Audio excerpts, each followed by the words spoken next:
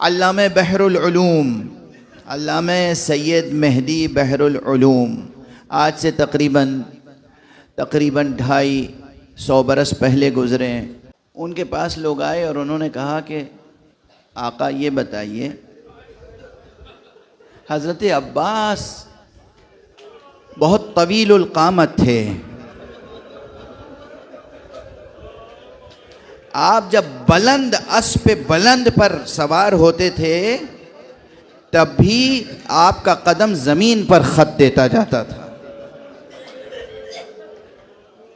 बहुत आपका कद्दो बाला बहुत बाला था, और हम कब्र देखते हैं तो छोटी सी कब्र है, जैसे किसी बच्चे की कब्र हो।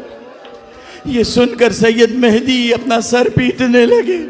क्या तुम्हें मालूम नहीं, दुश्मन ऐसे हासिद थे, ऐसे कीना परवर थे, ऐसे शकी और जालिम थे कि अब्बास के लाशे के टुकड़े टुकड़े कर दिए थे।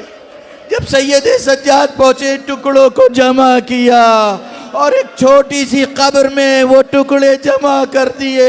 ये अब्बास की कब्र इसलिए नन्ही सी छोटी सी कब्र नजर आती है।